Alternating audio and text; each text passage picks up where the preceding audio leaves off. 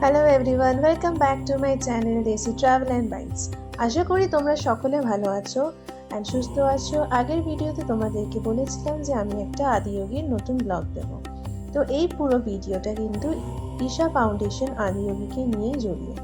So এখানে কিভাবে আসবে, টাইমিংস, কোথায় থাকবে, খাবারের জায়গা, সব কিছু ডিটেলসে তোমাদেরকে এই ভিডিওতে জানাবো। সো পুরো ভিডিওটা আমার সাথে থেকো অ্যান্ড এক্সপিরিয়েন্সটা এনজয় করো।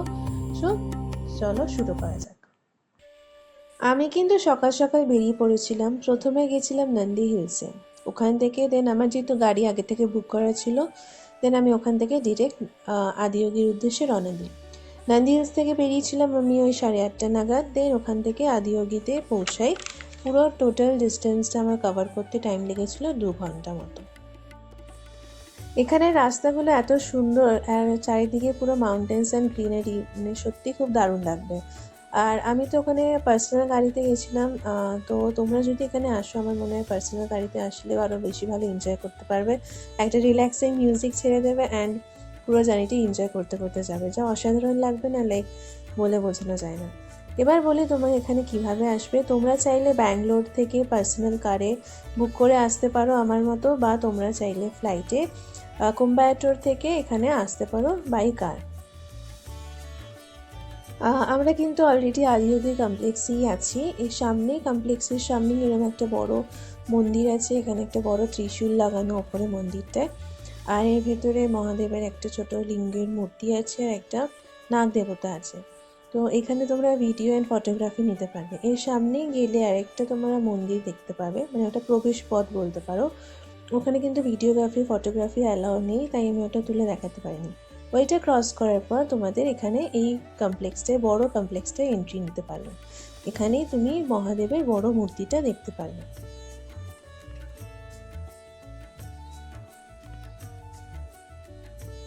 এই যে দেখো দূরে যে একটা ছোট্ট মন্দির মতন দেখতে পাচ্ছ, এই মন্দিরটা ক্রস করে তোমরা এই বড় কমপ্লেক্সটায় এন্ট্রি নিতে পারবে। চারিপাশে যে অ্যাম্বিয়েন্সটা, এটা হচ্ছে চারিপাশে অ্যাম্বিয়েন্স পুরো মাউন্টেন্স আর পুরো বড় একটা মাঠের মতন, মানে অসাধারণ একটা ভিউ।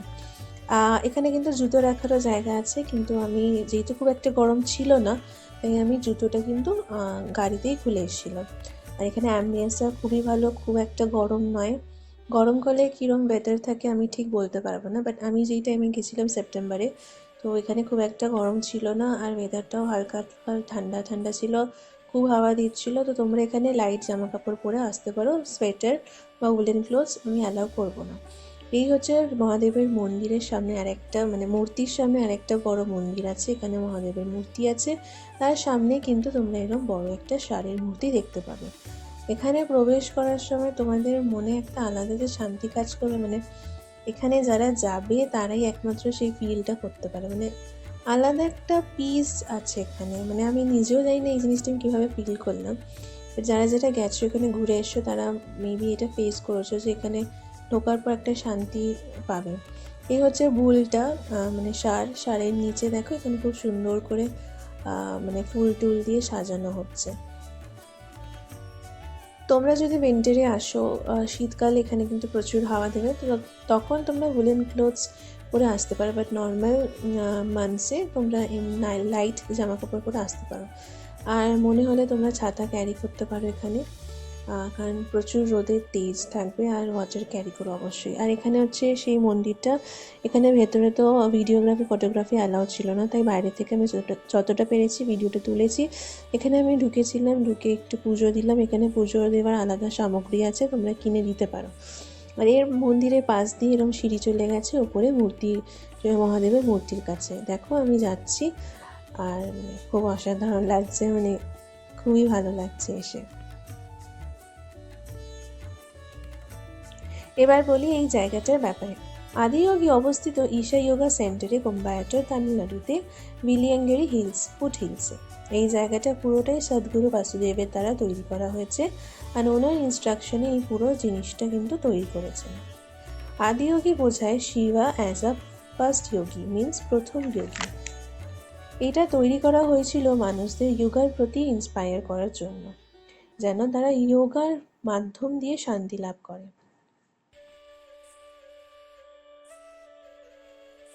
আদি মানে হচ্ছে ফার্স্ট অ্যান্ড যোগী মানে হচ্ছে আলটিমেট যোগী।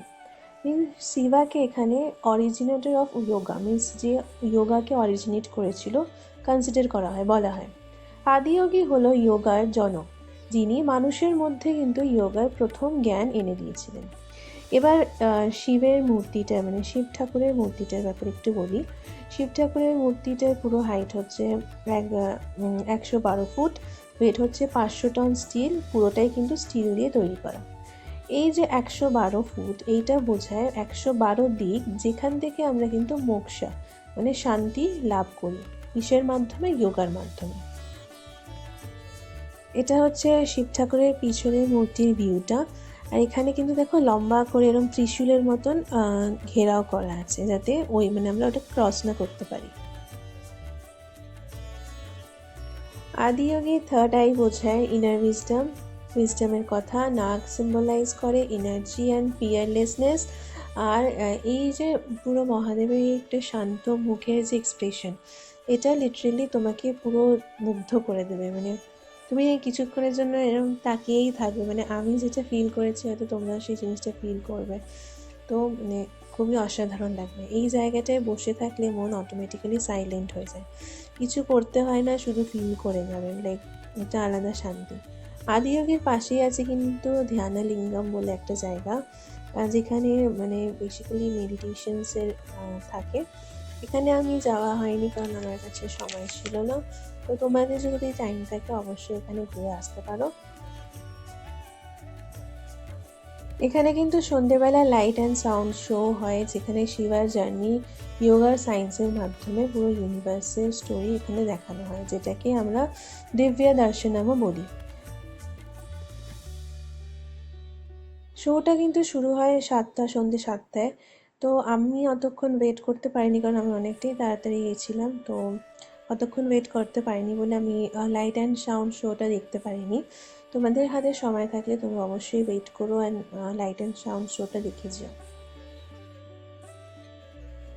আদিযোগীকে ভিজিট করার মানে শুধু ঘুরতে আসা না, এখানে তুমি নিজেকে খুঁজে পাওয়ার একটা ছোট্ট প্রচেষ্টা করতেই পারো। আর যদি তুমি শান্তি, এনার্জি এগুলো ফিল করতে চাও, তো লাইফে একবার আদিযোগী তো এসে ঘুরে যেতেই পারো। এখানে কিন্তু ওয়াশরুমেরও ব্যবস্থা আছে আর খুবই ক্লিন থাকে। এখানে খাবারের একটা জায়গাও আছে চন্দ্রমুখী বলে।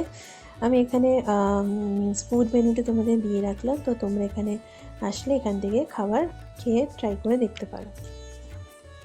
সো আজকের ব্লগ আমার এই পর্যন্ত। এই ব্লগটা যদি তোমাদের ভালো লাগে আমাকে অবশ্যই কমেন্ট করে জানাবে। আর আমার চ্যানেলকে সাবস্ক্রাইব করতে ভুলো না, এরম আরও ট্রাভেলিং ভিডিওসের জন্য। আমি ঘুরতে সত্যিই খুব ভালোবাসি, আর ছোটো কথা যেরকম আমি ইনফরমেশন পাই কোনো জায়গার ব্যাপারে, তোমাদের সাথে আমি শেয়ার করতে খুবই ভালো লাগে। তো দেখা হচ্ছে তোমাদের সাথে নতুন একটা ব্লগে।